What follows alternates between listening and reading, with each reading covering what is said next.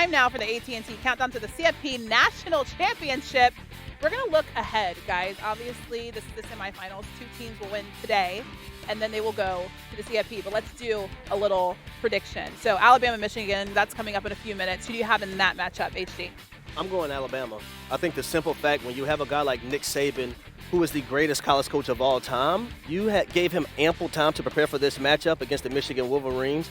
I think that's going to pay huge dividends for this Alabama football team today. Also, when I look at a quarterback like Jalen Milroe, his big playability, you can have the perfect defense called, but the dynamics of his athleticism allows him to break that perfect defense that you have called and not only hit home runs in the pass game, but be able to do it with his legs as well.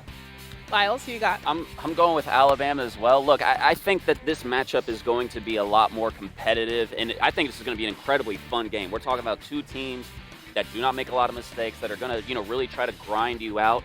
The one thing about this game, HC, that sort of stands out to me is I still think that Zach Zinter loss looms large, specifically because of who Alabama's got on that defensive line.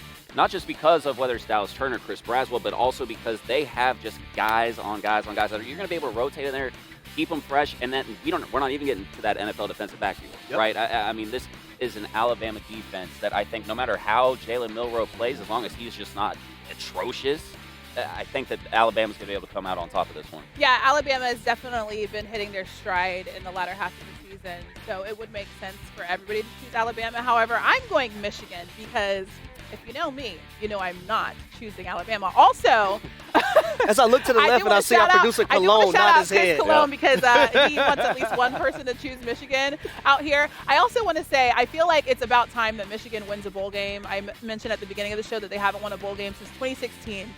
It's been 8 years, so I feel like it's about that time. Also, we all know that Michigan feels like they're like an injustice was done to them.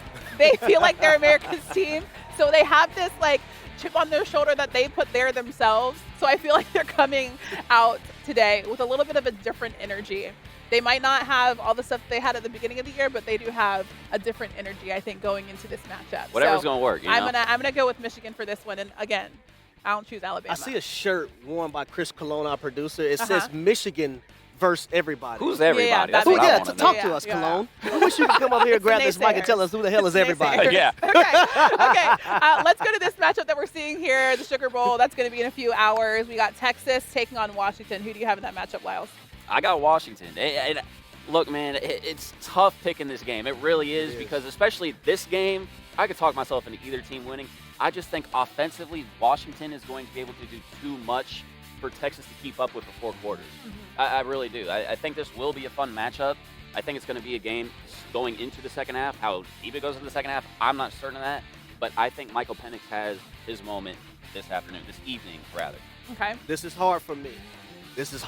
Harry. You know this because Michael Penix is my boy. Right. You know that's my guy. Sure is. And I love those quarterbacks that can throw it all around the football field, can make every single throw, and all the throws are accurate.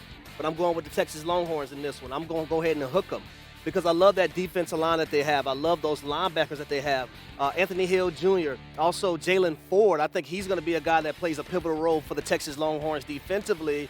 But you look on the offensive side of the ball, I like the wide receiver group and the tight ends for the Texas Longhorns. Those guys came up huge in the Alabama win at Bryant-Denny Stadium. So I think tonight is going to be a matchup that they're going to be able to have a lot of success. We don't talk about that Washington defense so much because they aren't as dominant, right? They have a few guys here and there. They've been able to make plays in key moments to get stops, but when that pressure's on them constantly, I understand they play at Oregon, but I think Texas is going to be able to do something tonight.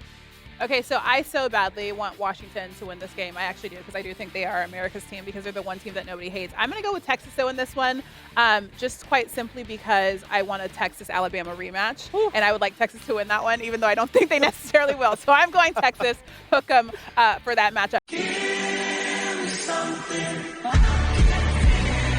Try to shake 'em